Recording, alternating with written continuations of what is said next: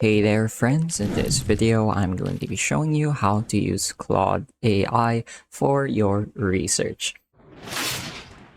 So this can be research about certain hobbies, maybe specific topics you're studying, or whatever else you might need. So to get started, let's open up Claude AI and I'm going to show you two ways to research with Claude. The first is using an individual chat. So as you can see here, I have my individual chat open. And right before I start typing my prompt, I want to make sure that the web search functionality is turned on. So I'm going to click on the plus button right here. And as you can see, web search, it has a small blue check, which means that it is active and turned on.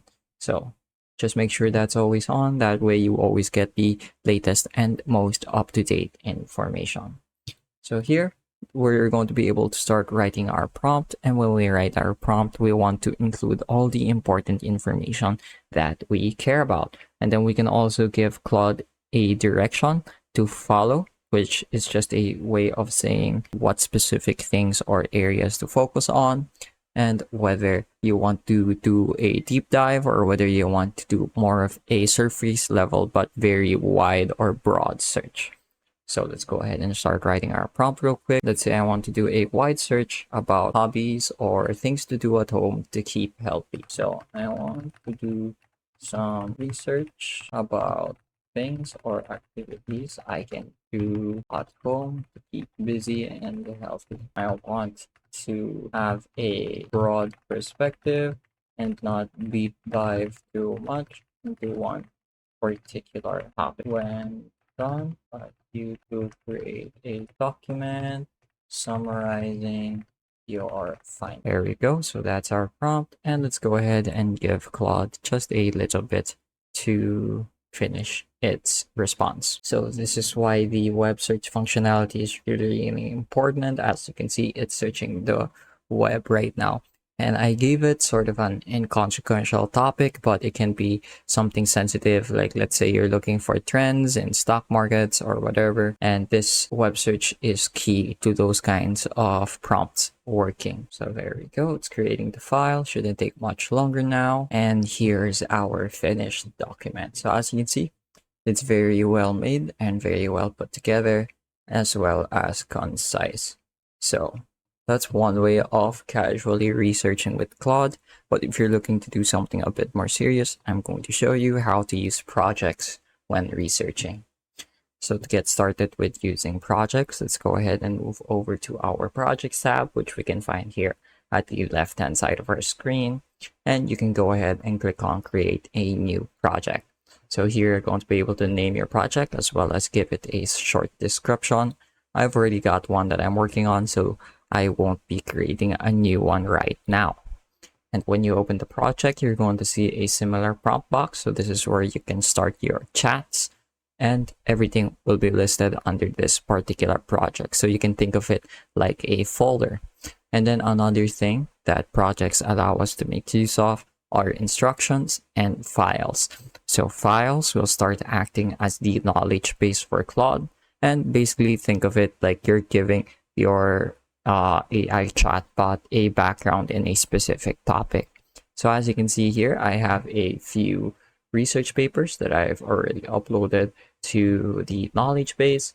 And what this does is it will allow Claude to reference these documents whenever I ask it something, and whenever it needs to, it will reference these papers. So for example, these are scientific journals. So if I ask it a certain question pointed or directed towards a specific topic, it's going to use these journals and publications as a reference material. It's going to base its answer around the information inside of these papers. Additionally, you can also ask it to add or find more relevant information regarding topics related to your knowledge base, and then you can ask it to add it to the knowledge base or do it yourself. So it's very, very intuitive the way Claude allows you to research. So if I wanted to deep dive into one specific topic here, let's say this one, I would start writing my prompt around the premise of the paper. So for example, you're studying in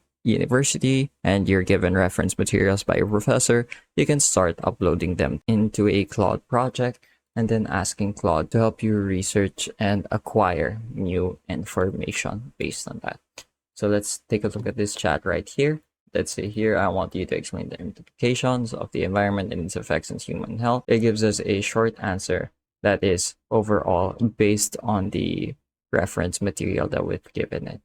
We can also ask it to help us research more. So for example, I want you to acquire related information about the scientific paper I've given you on endocrine disruption. You can keep the search short and recommend one or two other. So right now it's thinking and double checking the PDF that I've uploaded. So let's go ahead and give it a minute or two. Another way you can think of Claude is you can think of it as like a digital whiteboard, and it's a type of whiteboard that is able to communicate back to you. So when you're brainstorming ideas and you write them down, you can keep them in your conversation and bounce ideas between you and Claude, and it keeps the conversation going and productive. So that's one thing I also recommend doing when using Claude to do some research. A nice feature is that Claude also automatically updates its memory whenever it deems appropriate. And if we go back to our project view, we can view the memory and you can also edit the memory. So as you can see, it has written down sort of what it thinks are like my preferences, as well as what to do, what not to do when giving responses to me. So it's really, really great. So as you can see here, there's plenty of new sources that I can start reading up on. It even gives you the links to these papers if I would also want to read up on them on my own. So it's overall pretty reliable, but not infallible. So there is still a small chance that Claude makes mistakes. So just be sure to double check every now and then. So there you go. As you can see, it even added it as the memory. And here's the breakdown for the prompt that I gave it. So since I asked it to keep it short, that's exactly what it did. Kept it within about a page and probably wouldn't take me very long to finish reading up on this. So that's how you can research with Claude. I hope you were able to follow along, and I hope I was able to teach you something useful. As always, thank you for watching.